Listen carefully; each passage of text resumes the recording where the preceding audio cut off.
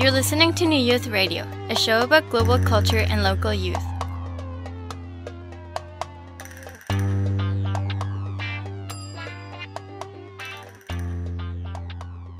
Welcome to our show today, and on the show we have a very special guest. Her name is Mercy Gichuki. Welcome, Mercy. Thank you, Karen. And maybe I'll get you to talk a little bit about yourself and why you're here today. I work with the AIDS Committee of Guelph as well as the AIDS Committee of Cambridge, Kitchener-Waterloo and area. And I work as the African and Caribbean Strategy Coordinator, and that is doing outreaches and prevention education to people of immigrant communities and newcomers, especially the Black community, and just raising HIV/AIDS awareness. And how long have you been doing this kind of outreach work for? For the AIDS committees, I've been doing this for the last 1 year. However, I've been volunteering previously, and I've been doing HIV work since I was 19. And Mercy, you yourself are an immigrant to Canada? Yes, I'm an immigrant. So this is very awesome, and it feels right at home doing this kind of work. And can you tell us a little bit about where you grew up and your sort of journey to Canada? I grew up in Kenya, in Nairobi specifically. It's the capital city of Kenya. It's a beautiful place, has its ups and downs. And I came here for school at the University of Toronto. So I did women and gender studies and political science. And because HIV and AIDS is a passion, it's more of a passion for me, and because I was already volunteering back home. So when I got here, I continued volunteering with the Peel HIV/AIDS Network. And then after my schooling, I got an opportunity to work for the AIDS Committee of Guelph and AIDS Committee of Cambridge, Kitchener-Waterloo and area. Before coming here, I guess your context was more Toronto. That's what you knew. Were there any surprises about coming out to the region? Yes, Guelph it's a very small community, so most of the time I get to see the same faces, which is awesome. Yeah, I can start a conversation today and I know I can finish it on a different level another time. It's not as fast-paced as Toronto, so I like that very much, at least. It kind of reminds me of home in a way. You're working on, you've just, I guess, completed a really interesting art writing project called Fragments of Me. Did you want to talk a little bit more about the project and how it came to be? And the Fragments of Me is reflections of HIV, hope, and resiliency. We have some people who are comfortable speaking about their stories, but a lot of people, because of stigma, cannot disclose their status because you don't know what kind of reaction you're going to get. So a lot of people end up suppressing their status, living with fear, living with the stigma, living with rejection. It was talking about their journeys, where they're coming from, where they're going, and the struggles that they have overcome, because I feel they're very resilient. They keep bouncing back in spite of all the many things that they go through. So this was an opportunity for those who really don't speak in public or are afraid, can speak through this cloak of anonymity and, express their feelings and tell people who they are exactly. It was also moving beyond HIV, right? Because most of the times if you're HIV positive, people think that HIV defines everything about you. They forget to look at the person before HIV. They also forget to look at the person after HIV, because there are a lot of components that make a human being, right? So the fragments are the little pieces that make this person who they are, the individual pieces that come together to form Mercy, to form Karen. We have people talking of being mothers, being fathers, being lovers, being community members and contributing to the community, going back to school, being employees. So in as much as they live with HIV on a daily basis, they're also living a normal life like everybody else. And what people forget is they're just, our brothers or sisters, our lovers, our friends. And people assume that they can't live a normal life anymore because they're HIV positive. But I want people to see beyond that. I want people to see the person and not see the virus. How long did it take for people to kind of feel comfortable with the idea of writing their story and then writing their story? And plus you also have images as well that go along. We have a picture, we're calling it the grounding object, because it's anonymous. We don't want to out people. We don't want to put their faces, their names in these stories. So people are bringing what makes them comfortable, what grounds them when the days are very hard. When, for example, you disclosed your status and your family rejected you or didn't receive you well. When you went to the doctors, when you said you're HIV positive, people started double gloving, that kind of. They look like very small things, but they play a big impact in people's lives. So we had people bringing different things. Somebody would bring their guitar because their guitar is what grounds them. When they're down, they'll be playing some music and getting comfort from their guitar. We had people bringing their Bible, their Quran, because that is what grounds them. Going back to reading the Holy Book makes them feel safe and comforted. For those who have migrated, we had them bringing small pieces from back home, and that comfort makes them feel grounded. Somebody brought a collage of his pets, and his pets are the things that gave him love. Somebody brought a pair of earrings written hope because somebody gave them to express the hope that they can live beyond this. I know I find it's very, very touchy and very sentimental because people dig back into their lives, and it's very, it puts them in a very vulnerable place, right? Because it's not every day that you bare your soul and you expect people to accept you. You don't know what they're going to throw at you and how hard it's going to be, or if they're going to hurt your feelings all over again. We are exhibiting tomorrow, Friday the 16th, from 7 to 9:30 at the West End Community Center here in Guelph. And we're also exhibiting in Kitchener from the 19th, that is next Monday, 19th, 20th, 21st, and the 23rd at the Kitchener City Hall. The whole week we're doing from 10 to 4. People can drop in and see the exhibition. And then from 3 to 6, then people will have entertainment. And we'll have, in both locations, we'll have reading of some of the stories. What other events are happening this month? These are all HIV/AIDS awareness events as we lead up to World AIDS Day on December 1st. So we have Positive Women Exposing Injustice, and this is a documentary on criminalization and how it makes people feel. And, just the question of you could go to prison because of one thing or the other, simply because your partner will say that you never disclosed, yet you disclosed. So this will be taking place at 41 Quebec Street, and that is downtown Guelph. It's only $10 and going back to good work. So we're inviting people to come and watch the documentary. It's starting from 7 p.m. And then you also have a vigil that's going to be happening. In December 1st, that is World AIDS Day, we have a candlelight vigil taking place at 7 p.m. at St. Andrew's Presbyterian Church, and that is at the corner of Norfolk and Suffolk Street. And everybody is welcome. This is like the climax of the whole AIDS Awareness Week. And this is when we hold the vigil. We remember those who've already gone, and we light candles for those who are living with HIV today. Why is it important for us to kind of have this week of awareness?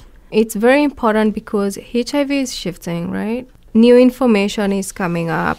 We actually do have a workshop happening on what's happening in HIV world today. So we have the workshop taking place on Tuesday, November the 27th, and that will be at 10 Carden Street, and it's from 6:30 to 8 p.m. It's giving you an opportunity of getting to know what is taking place at this time and which people are getting, diagnosed, who is at risk, what kind of risks are there, and all the differences in these risks. So this workshop gives you that opportunity. Yeah, and I think that's really important because there was a time when HIV/AIDS made the sort of mainstream news quite regularly.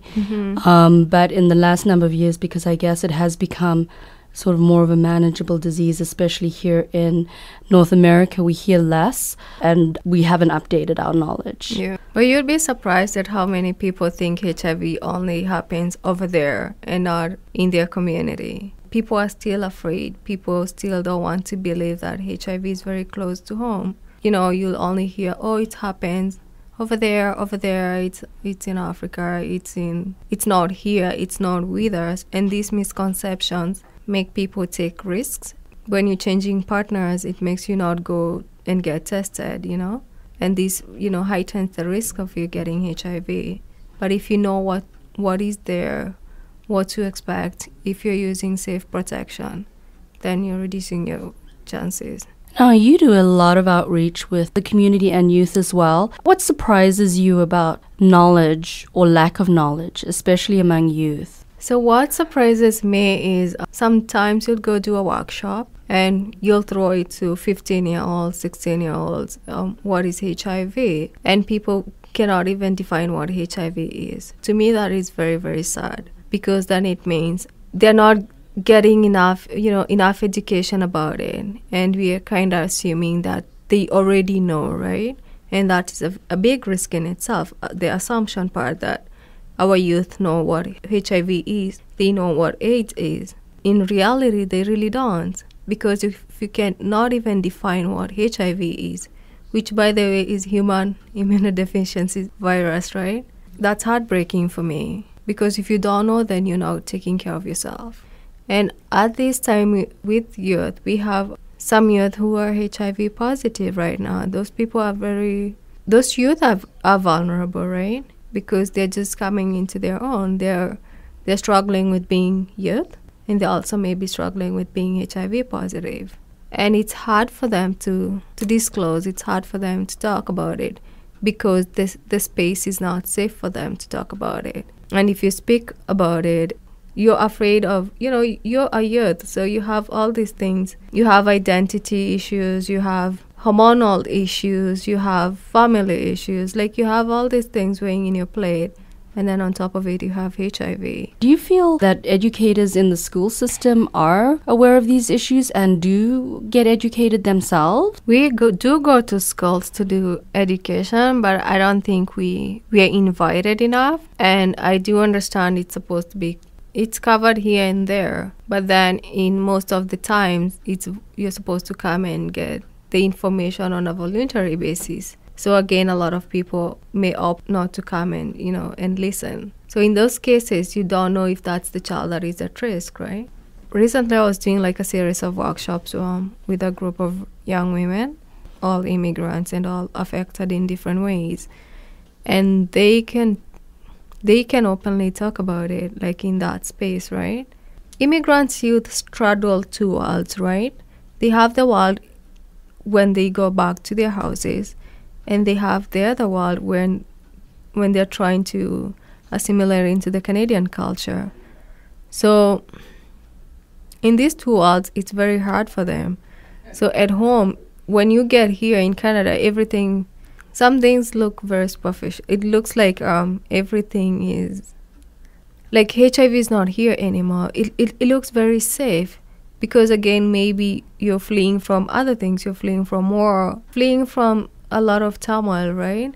And so when you settle here, it feels safe for you sometimes, right? So if in this safe space, then you don't want to see there's any other thing. So you think in your mind, you want to believe you left all the bad things over there. And over here, you're creating a safe space for you, like a safe haven for you. And in your safe haven, you don't think things like HIV will be here. But the truth is, HIV is all over the world. HIV is everywhere. It might be epidemic in different countries, but it's everywhere. And if we have that knowledge that it's everywhere, then we take better care of ourselves. And with immigrants' youth, even it's hard to openly talk about HIV. It's hard to openly talk about sex anyway, right? Because those are subjects you don't bring up in your home. So if you cannot discuss sex, then how are you going to be broaching about HIV? If you've been exposed and you've seen how stigma works, then how are you going to bring that? And I know with immigrant communities, they live as, it's very, very close-knit communities, rely heavily on friends and family. Even if you don't have any family here, then the friends you form here become your family in a way. And you really rely heavily on that connection. Talking about heavy subjects that may turn people off or may scare people. makes you feel vulnerable, so you don't want to broach this subject. And I think the other dimension, again, that I think, myself included, we often, again, don't really think about when it comes to youth and HIV, is that many youth who are HIV positive were born with HIV. Yes. At least with today, babies are born HIV negative, even if their parents are HIV positive, right? Because, like I said, HIV today in 2012 is not what HIV was in 2002. It's not HIV was in 1992. Because with every year, the science changes around it, right? So for those children born with HIV, was because I believe there was not, the technology was not exactly there to prevent mother-to-child transmission. But today, at least, that can be prevented. So for those kids that are born in the 90s, and today they're teenagers, right? And because of good medication, they have undetectable viral loads, most of them. They're living a normal teenage life. And they're living just like any other kid. What is hard for them is that I don't think the schools talk about these issues. I don't think they create space or allowances to believe that some of the children they're teaching may be HIV positive. But that's just me assuming. What I do know, and I can give an example, is that one person was trying to take her daughter who's positive to school, and because they have, how you fill the medical and what should I know about your child and everything. So you fill your requisite form, and then you take an HIV positive. So, but then instead of that being an opportunity for the camp teachers getting some education, then they took that opportunity to set the child aside because people don't understand. And it's the lack of understanding that makes people stigmatize others because they haven't taken the time to understand HIV, right? The real disease in some ways, because the actual disease can be quite managed and people can live full lives. The real disease is really stigma that is still there. Yeah. So some of the biggest myth that we get is that HIV is the same thing as AIDS, but it's not. HIV and AIDS are very different. The other thing is that HIV is a gay man's disease. It's not. It's everybody. Everybody is vulnerable to getting HIV. Anybody and everybody can get HIV. The other thing is, like I said, AIDS is an African problem. Everybody wants to think it's over there in Africa, but HIV is right here in Guelph. The other thing is that HIV and AIDS does not affect our community. So if it's right here in Guelph, that means it's right here in our community and affecting our community. HIV has a cure or that there's a vaccine. For example, the hepatitis virus vaccine is the same as HIV. Now, HIV has no vaccine. It has medication, but it has no vaccine to prevent it. You have to use condoms to take care of yourself. You have to take your partner for testing. Some say that kissing or hugging, shaking hands, using the same plates. Some even think that just looking at somebody with HIV, you'll get HIV. It's very ridiculous because hugging, kissing, showing love, that doesn't give you HIV. Actually, I think ignorance does, because you won't take care of yourself, right? But if you're open to, getting educated, getting to know the ins and outs of HIV, understanding HIV, it's not as scary as people want to make it. People still think getting HIV is a death sentence, which it's not. HIV has been around in Canada since 1982, that is 30 years, right? So we have people who've lived with HIV for 25 years, 28 years. That's a long, long time. That's the beginning of HIV. But people are still alive. So it's clearly it's not a death sentence. And those people live a long life. They've seen their prime, they've seen their middle ages, they're enjoying their grandchildren, they're getting remarried, all those nice things. I get all heated up, sorry. So that if you don't need a condom for oral sex. You do need a condom for oral sex. Oral sex is a low risk factor, but you still need a condom. So if people want to know more, at least they can come to this workshop and they can know all these, what is low risk, what is high risk. People think that if you're HIV positive, you cannot lead a normal life, you cannot have children. No. Actually, between April and now, we've had 3 baby showers. We have 3 beautiful babies. That's wonderful, yeah. That's just beautiful, and it just makes me excited. So people can still lead their normal lives. And like I said, with Fragments, HIV is not the end of the world. HIV does not stop you from living. You still live, you still enjoy life. And especially if you have people who love you around you. That counts. If you're getting that support, if you're getting that love, and if you're not surrounded with all this negativity, then you can live as long as you want with no stress. Because you're waking up, doing your medication. And anyway, not everybody even gets to take their medications. That if a person that you're sleeping with has HIV and you have HIV, then you don't need to use a condom. No. So if you both have HIV, you still need to use a condom because there's the reinfection or co-infections. So you don't want that. So it's still important for you to use a condom. And I know some people think that, why do they even need it? They already got it, No, you still need to use a condom. And then people think that people over 50 don't get HIV. People over 50 are still having sex. Most people assume condoms are just there to prevent pregnancies. But no. So you're like, oh, at 50, come on, we're not going to have a baby, right? So it's safe for us to have sex without a condom. But people at 50 are still getting HIV. And then people also forget that using a condom is not just to protect you against HIV or pregnancy. There are a lot of STIs, sexually transmitted infections. And with youth, chlamydia is very high. Syphilis is making a comeback, We have all these things happening.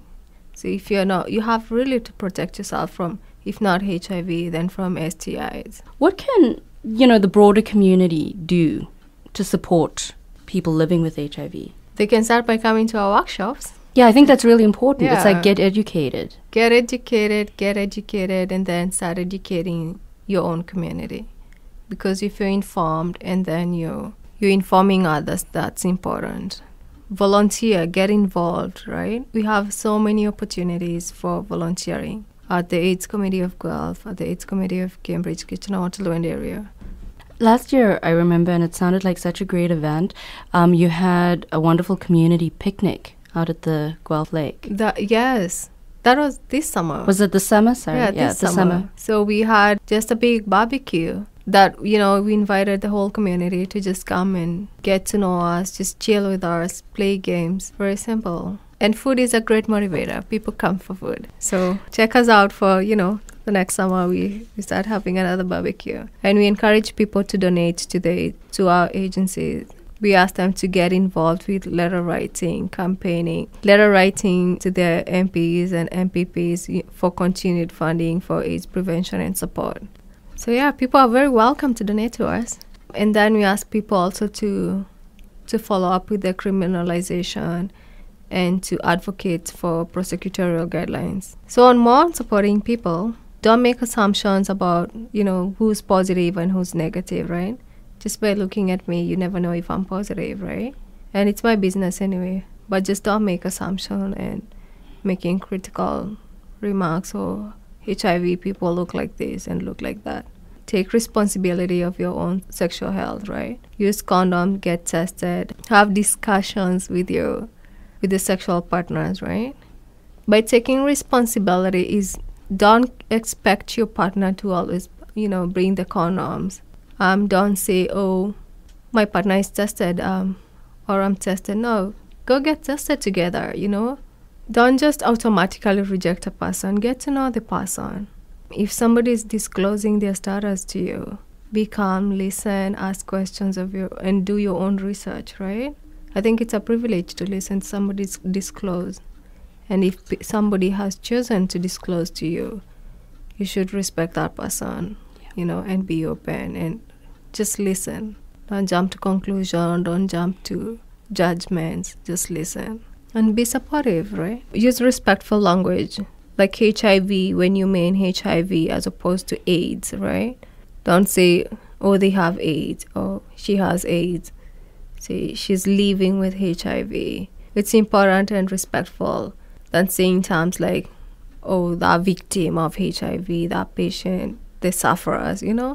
People come up with all these terms, and you have to know to differentiate what is HIV and what is AIDS, right?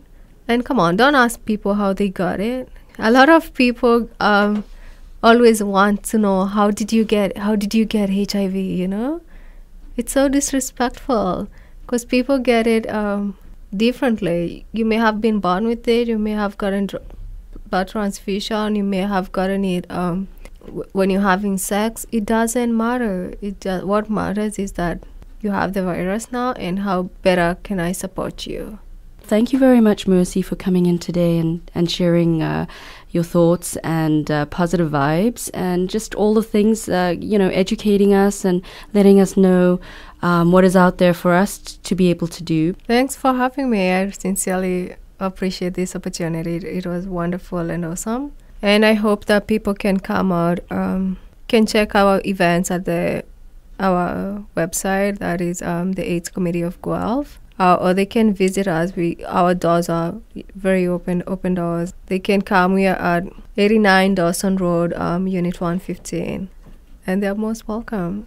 Check us out. Don't be shy. Excellent. Thanks, Mercy. I was in the little country of Lesotho not very long ago, just a few weeks ago, and I visited the hospital in Maseru, the capital of Lesotho. You stand in the ward and you look at what is happening and you think to yourself, has the world gone mad?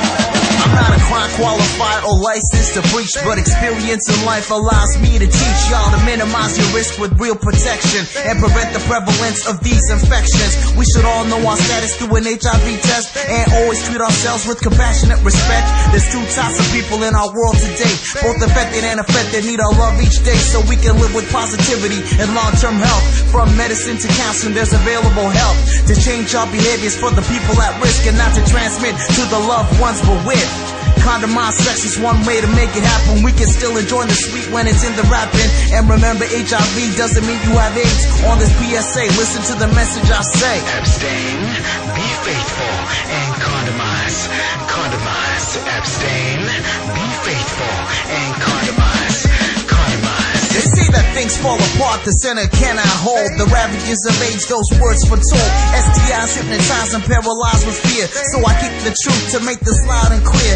That HIV is real and something to believe. Not fake like witchcraft and synthetic airways. From the kingdom of Lesotho is whence I came. Since HIV our nation hasn't been the same. Doesn't matter the age, gender, or type of sex. Abstain, be faithful, or use the latex. Cause we're on a mission to realize the vision, to put an end to mother to child transmission. Access to education is a basic human right. Information is the weapon that we need to win this fight. And as we live for the future, must learn from the past and embrace each day with hope as if it's our last. Abstain, be faithful, and condomize. Condomize, abstain, be faithful, and condomize. It was all a dream. We used to read True Love magazine. His and hers, secret affairs, know what I mean? What you talking about, Willis? It's a realist MC. Back on the MIC to prevent STDs. Education is a need to fight the disease. Cause for ignorance and shame, we have no ARVs. How can we stand by or treat differently? Brothers and sisters with immune deficiency and respect for women's rights continues to be a factor. Biology and societal status is not in practice. Access to health services is a must for our family, our future, our community trust. Since violence on one woman puts us all at risk, freedom for consensual sex must exist. Equality and empowering of our girls is the key. Without the mothers of the nation, where will we be? Abstain, be faithful, and condomize. Condomize, abstain, be faithful, and condomize. Condomize.